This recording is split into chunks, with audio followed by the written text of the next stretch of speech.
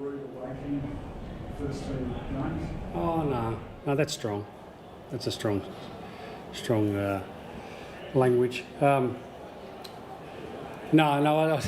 Let's start again with the Swans. Like I think their pressure overwhelmed us at times. It did. Them at their best is a great pressure team. We didn't handle that. I didn't think we either didn't hold it in when we needed to, when we didn't clear the territory or area when we should have too. So we tried to keep going through it when maybe we should have just gone around it and over it. So I think reality of playing in this competition, we've played two really good teams early in the season. Haven't quite showed us the level. I don't think it's that strong a language, but we've got a lot of improvement left in us. Yeah. Do you feel like there's been a common denominator in both losses? Some, yeah. Aerial power and defensive 50 has been an issue. Too many marks in those one-on-ones or two-on-twos, so we've got to get to work on that. I thought tonight our turnover game was pretty poor. Where we turned the ball over. Not sure we've been doing that in recent time where we did. 7 goals, 5 from those turnovers in that part of the game. It's just hard to defend. When we started to feel like we were coming and you got the game in our terms and it's like, turnover goal, like in a poor spot on the ground for us through just a skill error. Now, we're allowed to make mistakes. We make many and we're okay with it. It's just where we make them and how much we can defend it when we make certain mistakes, and some of those tonight were just poor judgment or decision making. So just one more on the turnover stuff. Is it coming because you're being a bit too casual with how you bring the ball out of defence? Yeah, interesting language, casual. I think it's probably more trying to use the ball how the opposition is defending us. They think that they're going to maybe overslide and defend certain parts, so there's opportunities to switch the play a bit more. If you watch the ground, you see it. This player's free everywhere on the open side. So then you go, let's explore that, but we're not maybe there ready to execute at that level that we need to. Maybe looking for it or rushing it, or casual is probably not the right word, but searching for it.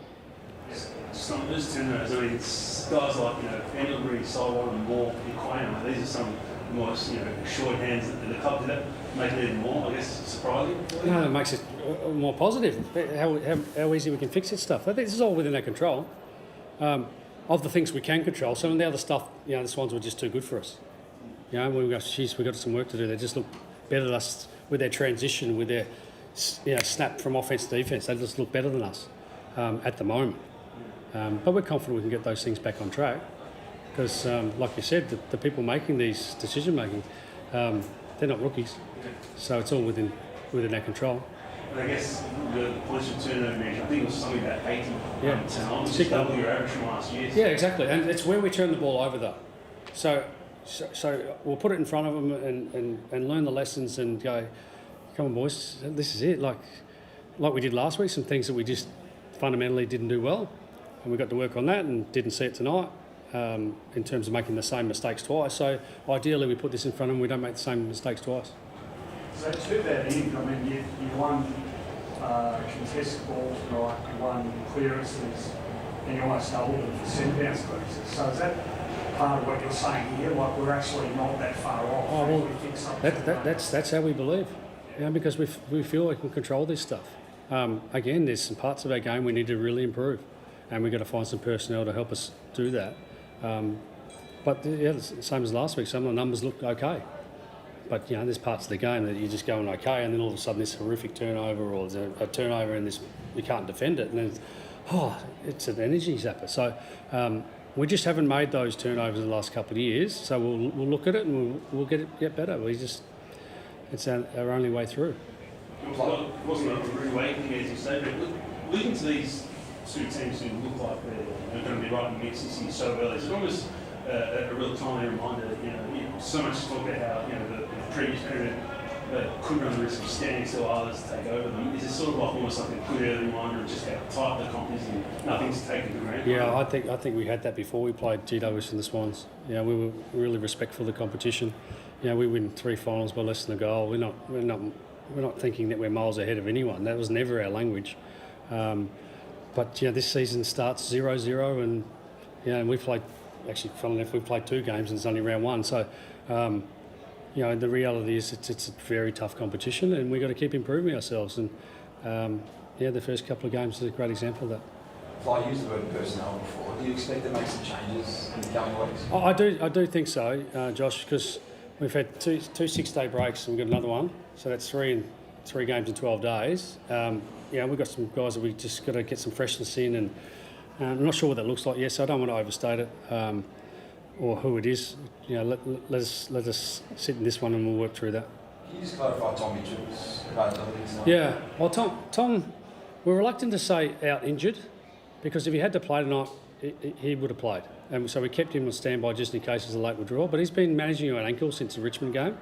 He's been grumbling, and he gets up to play, and it's been grumbling all week. So we thought, let's give him, this 6 days off, or this game off, get it right, and then it won't be an issue for the rest of the year. That's my understanding of how it looks.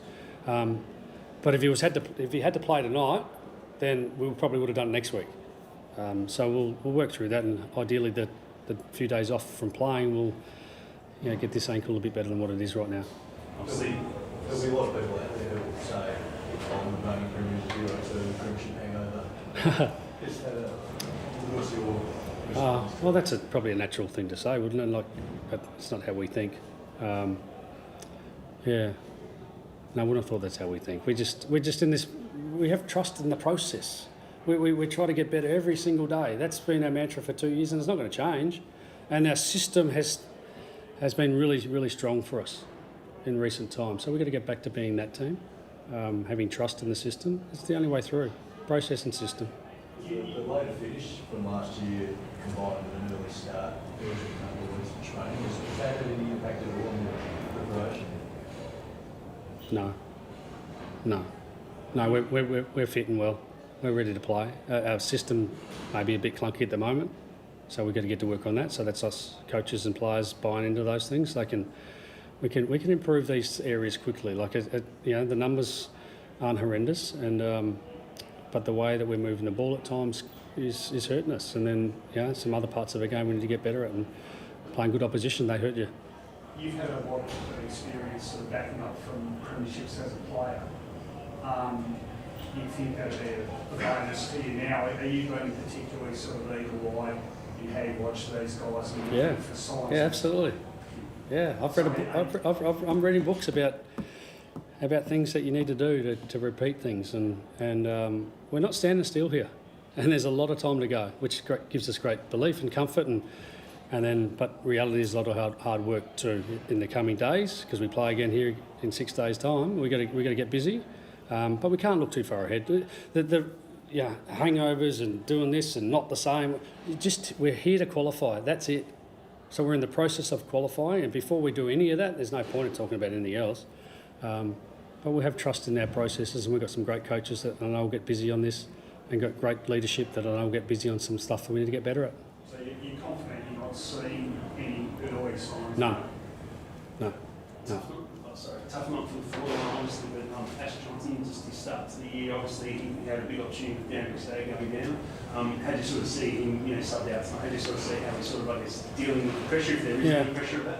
Oh, no, we want to back our players in.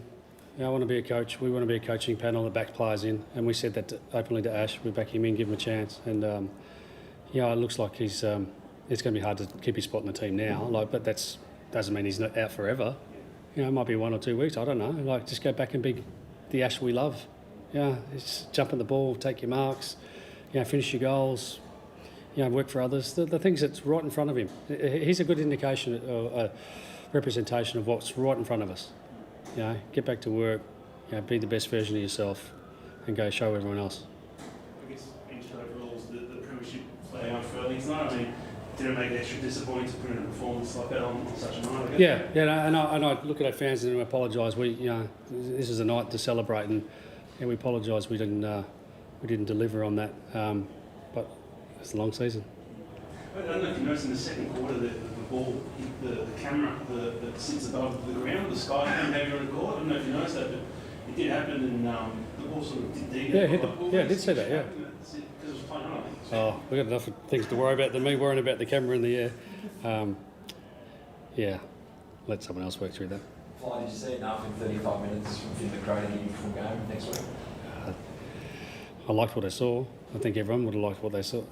Yeah, we've got to find players that are hungry, ready to take us to our next levels. That's reality.